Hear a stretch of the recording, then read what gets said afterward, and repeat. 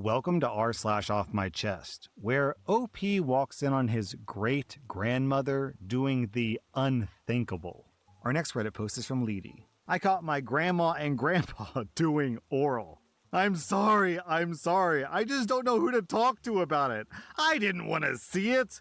Ugh, you all don't understand how disgusted I was. I don't live at home with them. They actually live with my mom and siblings. I live on my own, but I came to visit. I still had a key, so I unlocked the door and went inside and saw my grandma doing the deed to grandpa right in the living room. Toothless and just nasty. It's not funny, but that's the only way I can describe it. They didn't see me, so after the shock wore off, I slowly backed out and quietly shut the door. That's not what's really rattling me. It's not the thing I saw. It's the fact that it's my grandparents, as in my grandfather and my great-grandmother. My grandmother, as in my great-grandmother's daughter, is dead. So she's slackjaw, toothless, doing the deed on her son-in-law. She's 100 years old. He's 77. I effing kid you not. I'm so perplexed. I'm so uncomfortable. Why are you doing that at 100 with your daughter's man? For F's sake, I just need something. It's still fresh in my mind. Down in the comments, I'm going to read this reply from Bleacher Blonde. They say that STD rates are super high in nursing homes. They just don't care, and they passionately hug like rabbits if their hearts can take it, apparently. Our next Reddit post is from Rollerblade Shoes. My family stole an ostrich egg from the Richmond Zoo sometime around the year 2000. I would have been about 8 years old. My mom and all my siblings went to the zoo and spent the afternoon there. As we were leaving the park, the pathway went along this large enclosure that had ostriches in it. But it wasn't a chain link fence or anything, just a wooden fence with 2 horizontal logs to keep the ostriches in. As we walked up towards the gate, we noticed there was a nest very close to the fence, and it had an egg in it. My mom told one of us to sneak under the fence and grab it. I don't think I was the one to grab it, but I remember my mom kicking my youngest brother out of the stroller that he was riding in so that she could put the egg in it. Then she threw a jacket over it and we walked out of the zoo. What? The whole way home, my mom kept saying she was going to make the biggest omelet ever. But then when we got home, my little sister and I were carrying it through the backyard, and we dropped it, and it cracked open. And it was the most rotten egg I had ever smelled before, or since. So that's probably why there was no ostrich mother nearby. I had kind of forgotten about this event until I was talking to my younger siblings, and we were all like, did that really happen? Was that a fake memory? So I asked my older sister, who would have been a teenager at the time, and she said, I remembered it correctly. Please don't be too mad at me. I would never do such a thing today, and I'm very glad to see the egg was rotten, and we didn't actually steal a baby bird from its mom. Also, if you're wondering, yeah, my mom is kind of a giant turd, and this is nowhere near the worst thing she did with us growing up. Down in the comments, I checked to see if OP has any other weird stories from his family, and indeed we do. One time, my siblings found a nest of duck eggs at the park with no ducks around it, so my grandmother let us take a few home. And we made a nest and put it in the hot water heater closet so they'd be warm. And then we promptly forgot about them for over a week, and my grandpa was like, what on earth is that awful smell? He was so mad. And another story. At that same zoo, my mom lost her sunglasses in the giraffe enclosure, and they had to send a worker down to get them. But the guy came back with a different pair of sunglasses that were way nicer. So she made us leave the zoo really quickly before they noticed so that she could keep them. And another story. My mom used to take a lot of Ambien and black out. One morning, she woke up and her car was gone. She didn't remember driving it, so she reported it missing. Well, a while later, the police called her and they were like, hey, we found your stolen car, but also we have some questions for you. Turns out she'd been drinking the night before and she had taken Ambien and blacked out, drove to the airport, crashed into a fence, and somehow stumbled upon an unmanned parking shuttle bus and started driving that. She sideswiped another fence, and this made the shuttle's impact cameras turn on, so they actually had footage of her driving the bus off the lot and to a bar. She drank at the bar for a bit and then got a ride home from a cop, and that's why she woke up to no car in her driveway the next day. The craziest part about it is that somehow no one noticed the completely whacked out blonde lady pulling up in the shuttle to the bar. She just left it in the bar parking lot, had a few more drinks, and caught a ride home. She did serve time for that one.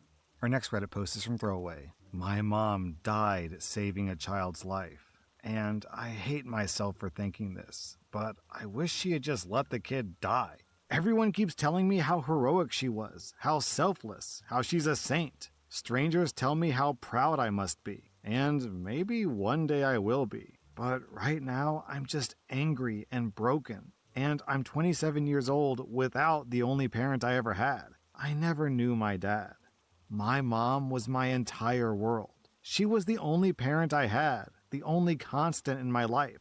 Now she's gone, and everyone wants me to focus on how meaningful her death was instead of how devastating it is for me. She won't be at my wedding. She won't meet my kids if I have them. I won't hear her voice again, or get her advice, or feel like someone in the world knows me the way she did. All of that is gone, forever. And yeah, a child is alive because of what she did. I understand that. I know how it sounds. But that child isn't my child. That family isn't my family. I don't know them. I wish my mother was alive instead. I wish she saved herself instead of a kid whose parents weren't watching them during the incident. I'm being vague for privacy. I don't care that kid is alive. I want my mom back.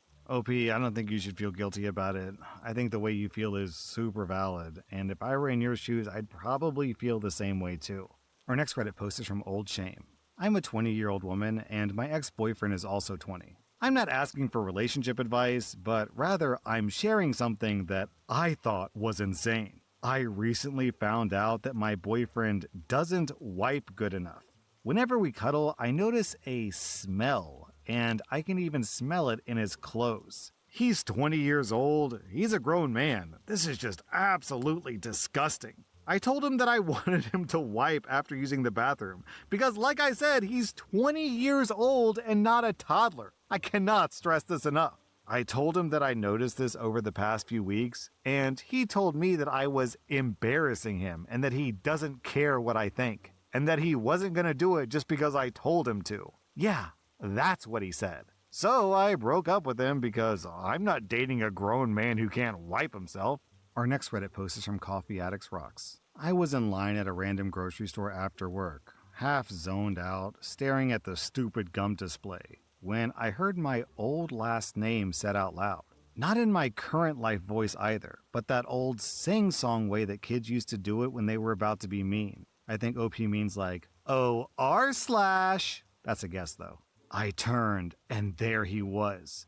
The same guy who made middle school feel like a daily humiliation ritual. He used to call me Ghost because I was pale and quiet. He'd kick my backpack down the stairs. And once, he dumped my binder in a trash can and told everyone I smelled like wet paper. I remember laughing along because it was either that or cry and become even more of a target. I've replayed those scenes in my head for years. Like, if I review them enough, I can edit them into something less pathetic. He looked genuinely happy to see me. Like, bright smile, eyebrows up, casual. Oh my god, hey, it's been forever. He said my name correctly, which almost felt worse, and asked where I'd been. I mumbled something about moving away for college and coming back, and he nodded like we were old classmates who just lost touch. Then, he did the thing people do when they're trying to prove they're normal now. He asked about my family. He said he remembered I was really good at art. He even made a joke about how our town never changes. I could smell his laundry detergent or cologne or whatever, and it made my stomach flip because it was so clean and adult,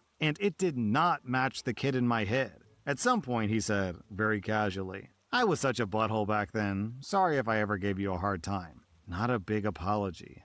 Not specific. Just tossed out like a pebble into a pond. And I waited for my moment. The movie scene where I finally feel powerful. or at least relieved. I waited for anger, satisfaction, tears, anything. Instead, I felt this blank, dumb heaviness, like my brain just shut a door. I smiled because my body knows how to be polite even when I'm freaking out, and I said, "Yeah, it was a while ago." That's it!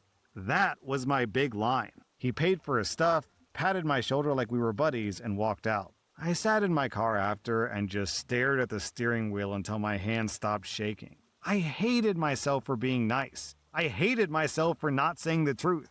I also hated myself for still caring, because he clearly doesn't. He gets to be a normal adult who apologizes in one sentence and then goes home and sleeps. I get to carry around a whole closet full of old shame that still fits me. I always pictured closure as this clean snap, like a thread breaking. Turns out, it's more like realizing the thread is wrapped around your ribs and you've been breathing around it for years. I drove home with groceries I didn't even remember buying, and I couldn't stop thinking, if this is what winning looks like, it kinda sucks. Well, OP, if it's any consolation, I read thousands upon thousands upon thousands of Reddit stories, and I can say you are one of the best writers I've ever come across.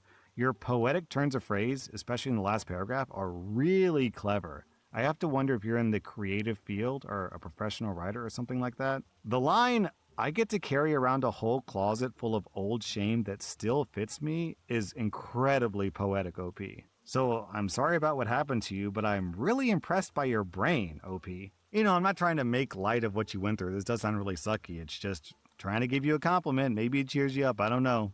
Our next Reddit post is from Best Pirate. So over the past few months, I've been doing a specific Pilates class 3 times a week. In this class, I met a lady who first showed up real timid, kinda shy, and dressed in lots of layers and almost tried to purposefully stay fully covered. Over time, I gradually said hi to her, work out side by side with her, and as the weeks went on, I began to learn more about her. Turns out, she was a married woman with 3 kids, and her husband was a stay-at-home gamer. He brought in no income, and apparently always told her that her clothes were getting tight, and that she should consider hitting the gym more often. And I never tried to dig into it, but she vented about it all the time. As time went on, she began to come into class with a smile on her face. She started dressing confidently, and you could just tell that she was starting to find herself, and it was so nice to see. Well, last week she came in and we did class and all that went well, and afterwards she said, "Hey, so I did something crazy."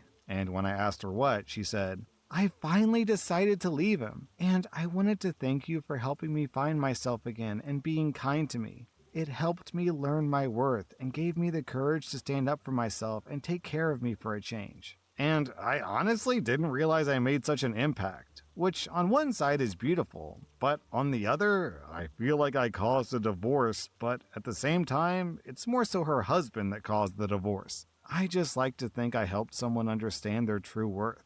OP, sounds like this lady was so emotionally abused that you were just a normal, nice person and she realized, hey, wait a second, this is what other human beings are like? Screw that guy. So I don't think it was you specifically, I think it was just her getting out of the house and engaging with other normal human beings. Our next Reddit post is from Function Unused. I am an intern at one of my dad's best friend's law firms. A couple of weeks ago, I went on vacation to London. My boss's youngest daughter has been living abroad in London for a few years now, and he entrusted me to deliver her a couple of things from home, and I was like, of course, no problem. She's a year older than me, and we're friends. We were coworkers for a few years at a local cafe in our village. We're from a very small village where everyone knows everyone. I got there, and I got her the stuff, and she told me that she and her group of friends were going out for the night, and I should join, and that I'd have fun, and I was like, sure. Eventually, things happened, and we ended up back in her apartment, and we did it. We agreed to not speak about it again, and I completed my vacation as I was supposed to.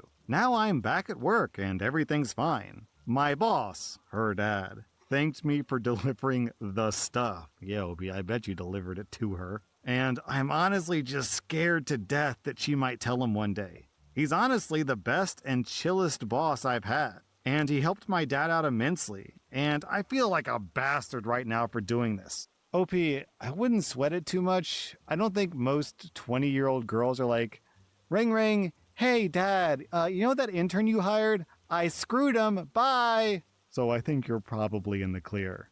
That was r/off my chest. And if you like this content, check out my podcast where I publish the exact same episodes. Also, hit that subscribe button because I put out new Reddit episodes every single day.